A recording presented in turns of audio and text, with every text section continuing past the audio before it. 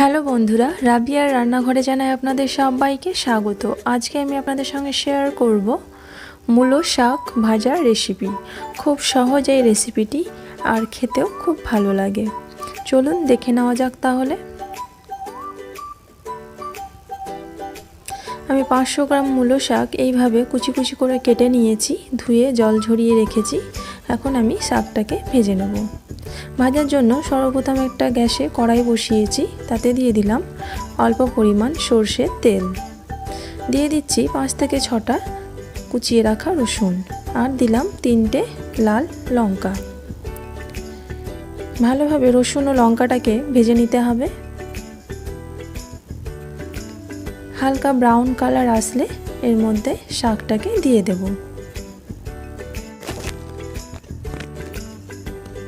দেখুন কালারটা চেঞ্জ হয়ে গেছে, ব্রাউন কালার চলে এসছে।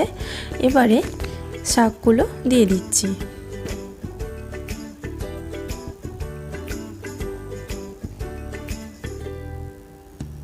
ভালোভাবে একটু নেড়ে নিচ্ছি।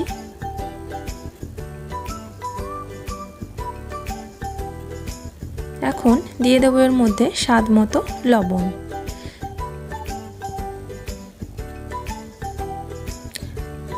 শাকটা ভাজার জন্য আমি একটুও জল ব্যবহার করব না, শাক থেকে এমনি জল বেরিয়ে আসছে দেখুন।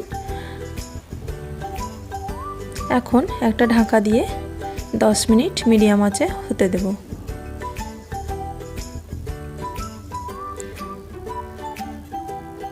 দশ মিনিট হয়ে গেছে, ঢাকাটা খুলে দিলাম।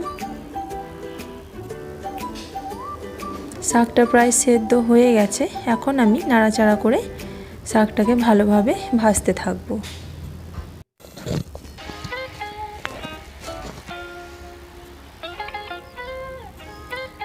এই শাকের মধ্যে আমি 10-12টা চিনির দানা অ্যাড করে দিলাম। চিনিটা দিলে শাকের স্বাদটা খুব ভালো হয়।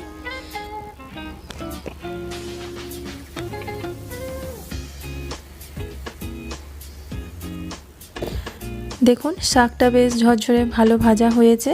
এখন আমি গ্যাসটা অফ করে দিচ্ছি। এরপর পরিবেশনের পালা।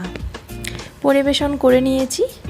আমার এই রেসিপি ভিডিওটি আপনাদের কেমন লাগলো কমেন্ট বক্সে জানাবেন।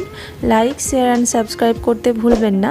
পাশে থাকা বেল আইকনটিও প্রেস করে দেবেন, তাহলে আমি যখন কোনো নতুন ভিডিও আপলোড করব তার নোটিফিকেশান আপনাদের কাছে পৌঁছে যাবে। ভালো থাকবেন, সুস্থ থাকবেন। ধন্যবাদ।